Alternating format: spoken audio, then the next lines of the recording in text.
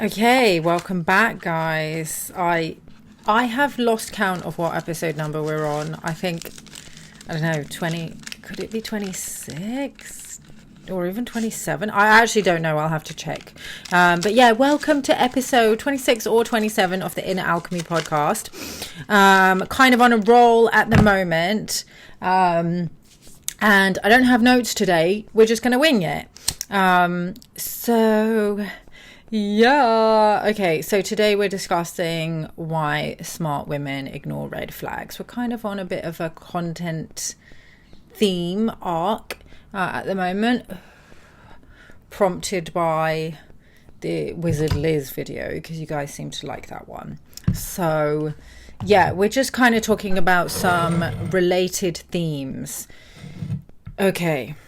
So why do smart women ignore red flags? And look, we've all done it. Okay, we've all done it. There's no judgment here. Why do we do it?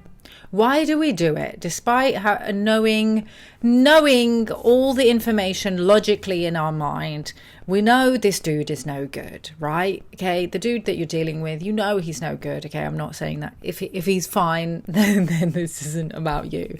But let's, take yourself back to the past when you were dealing with a dude that was no good, and you knew he was no good. But yet you're having all these conflicting feelings in your mind, and not even in your mind, like you're just having conflicting, your mind and your body your body's betraying you. Okay, basically you're digmatized. Most of the time you're digmatized. Okay, when you're dealing with a dude that's no good, it's because you're digmatized. Okay. Yeah. And it's interesting because we do often see the opposite problem as well. We often see the opposite problem where, I hear women sometimes saying, I've been on a date with this guy or a couple of dates with this guy. He's really nice. He seems really nice, but I just don't feel a spark. Like, what should I do?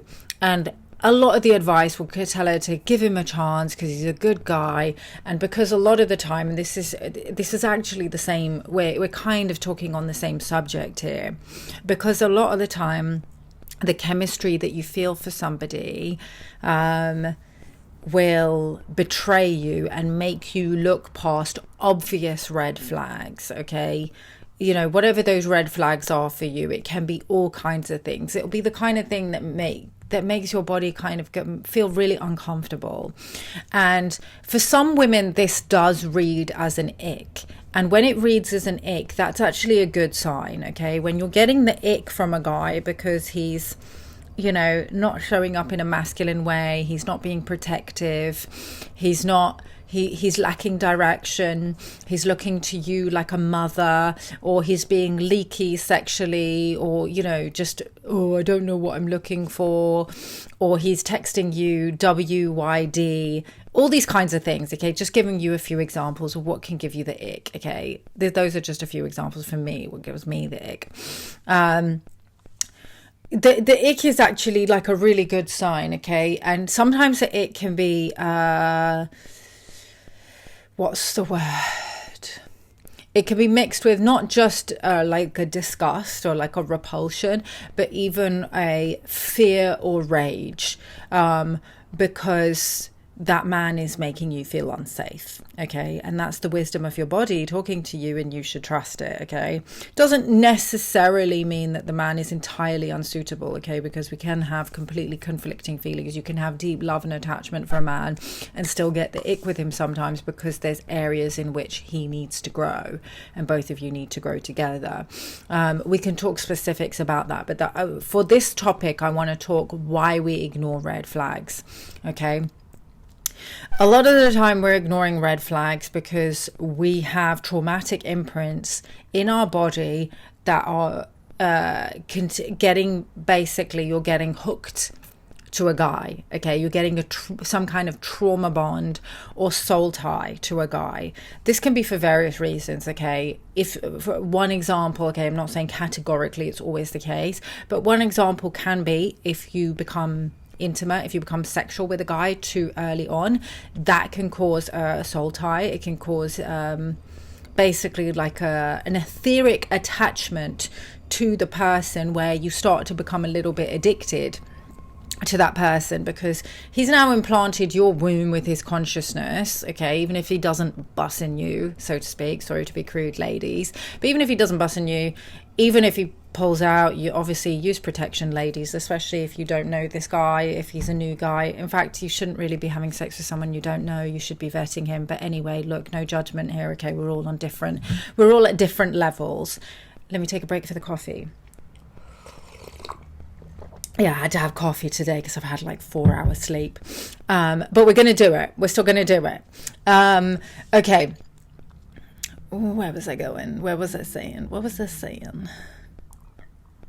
Yeah, okay. So sometimes we can be sexual with a guy too early. You can feel that chemistry early on because there's something about him.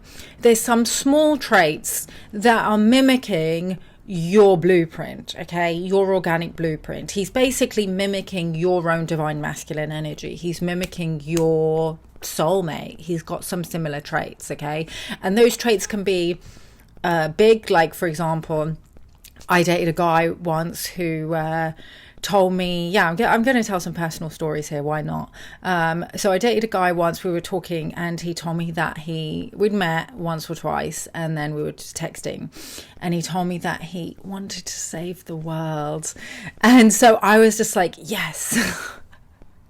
That's him. I mean, at that time, I didn't believe in soulmates or twin flames. I'd already been through my false twin flame karmic interface. So by this point, I was just like, soulmates, twin flames, bullshit. This is just nonsense. Just find somebody who like you want to be with.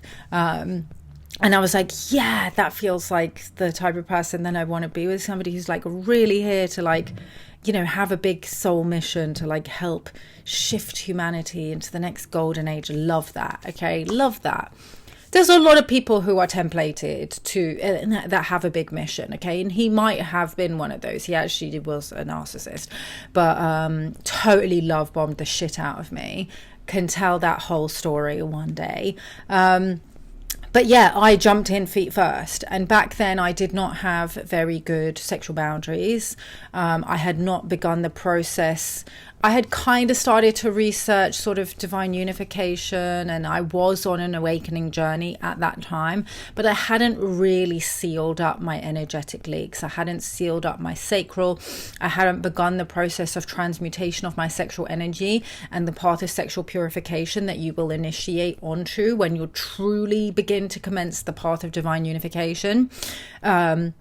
And look, this can vary for people, okay? Because for some people who are dealing with a lot of targeting of their womb space, who are dealing with, let's say, for example, if you have very extreme sexual trauma or sexual programming, or like you've dealt with a lot of sexual objectification from a very young age, that can cause a lot of leaks in your sacral that cause predators and just fuckboys to be, attracted to you.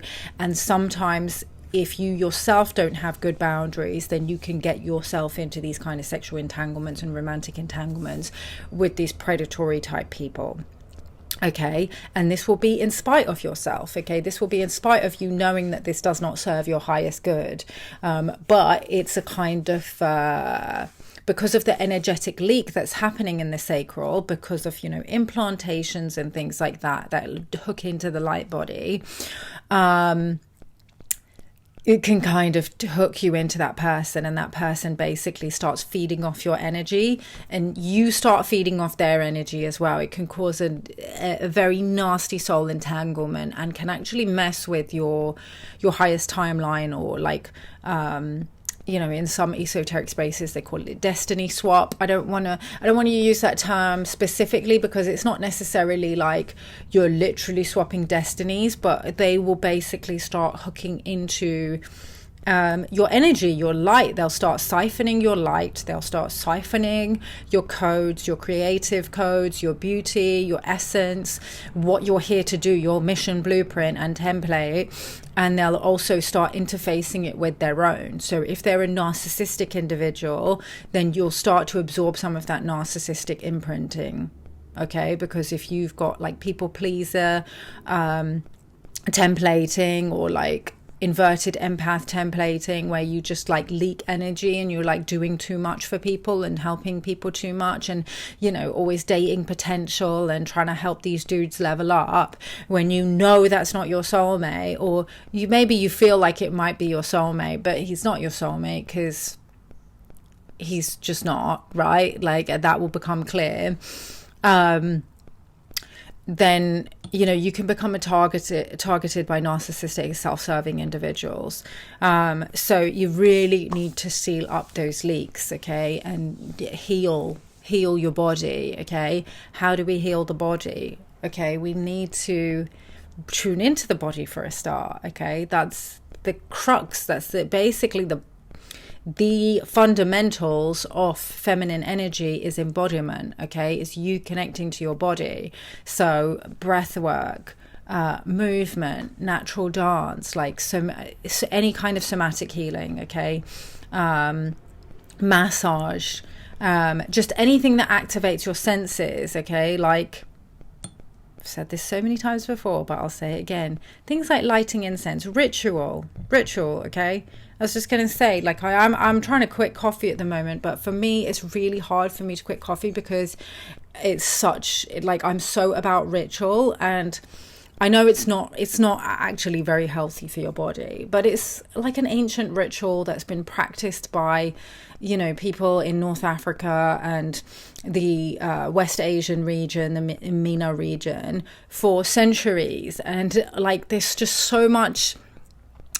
There's just so much that's encoded within it. Okay, so some rituals are obviously not great, like drinking coffee is not super good for you.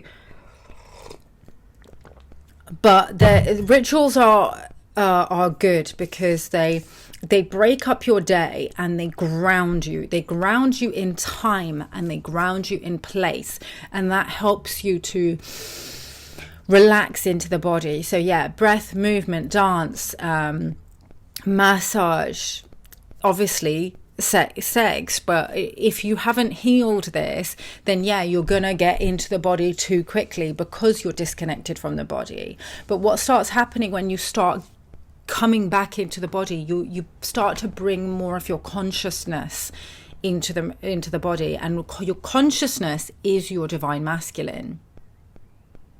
So you start the alchemical process, you start the inner marriage within your body.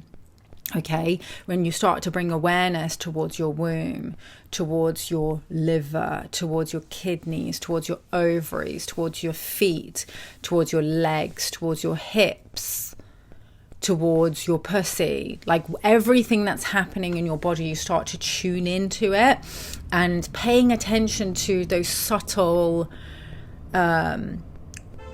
feelings of energy moving, then that starts to actually, instead of going from 0 to 60, where with a guy it's either a yes or a no, you start to be able to move with more subtlety. So until I had this down and I started to heal my body, before that I could not trust myself around a man, because if I was like alone with a man and like we would like maybe like, you know, if I was getting to know a dude and, you know, there would be like a little bit of like a cuddling or like sitting together, before I knew it, like I wouldn't be able to control what happened next, because I was so out of my body that I didn't know how to say no. Whereas when you are in your body, you are able to really pay attention to those subtle movements of the Kundalini as you're getting to know someone, and tune in to when something's a yes, when something's a no, when something's a maybe, when something's a slow down, when something's an ick, when that ick is a fuck no, or when that ick is like, let me tune into that. What is that telling me? Is that something that I can talk to him about and maybe we can work on together? Because it could be your soulmate. Like, it could be your soulmate giving you that ick, and maybe there's something that needs to bring your awareness to, where you say, hey, that made me feel unsafe, or I didn't like that, or I prefer, you know, like it could be anything. Like, I don't know, like you guys are planning a date and he's keeps on putting the ball in your court to plan it, and it's giving you the ick because you're not feeling like you feel like he's putting you in the masculine role. So you can just kind of say, I feel a little bit uncomfortable with taking the lead on this. I kind of prefer when a man kind of decides where he wants to take me or surprises me. I mean, surprise. If he's a new guy, surprises aren't always such a good idea. But you can kind of, when you're getting to know someone, you should be talking to them for a while, before things start getting romantic or sexual. You should be getting to know them and vetting them. And that's the thing is, if you start getting romantic, if you start getting flirtatious right from the jump, that's when it can start to form like an emotional attachment where you start to ignore red flags, especially if he's ticking certain boxes. If he's ticking certain boxes, like with Liz, for example, he's into manifestation as well, and maybe she hasn't met a guy who's into manifestation. There's a lot of guys who are into manifestation, okay? It doesn't mean that they're good guys. So there's a lot of guys who want to save the world, okay? Maybe most people aren't like that, and your beloved will be very uniquely templated for you. So they will be like 1 in a million or 1 in 7 billion, right? But that doesn't mean that like the first person that shows a few signs of being similar to him, you need to be like, oh, this is definitely him. Like, you do need to take some time to vet. Okay, and this is also like, as you get older and you learn and you commit to the path of actually really healing and getting to know yourself, you'll start to learn more about who you are and what type of person you're looking for. Because so a lot of the time when we have negative programming around relationships, a lot of the time those red flags, we look past them because we've normalized them. So like, for example, I consider it a red flag if a dude watches porn. Okay, that's a huge red flag. I wouldn't even go near a person like that. But for so many women, they've normalized it so much, and they just assume that all men look at porn, and that there's no point having the standard where you don't want to date someone who consumes such violent, misogynistic and unethical content, and is basically like leaky. Essentially, is like he's basically cheating on you if you continue a relationship with him and he's still consuming that content. He's directing his lust and his sexual energy towards women that aren't you.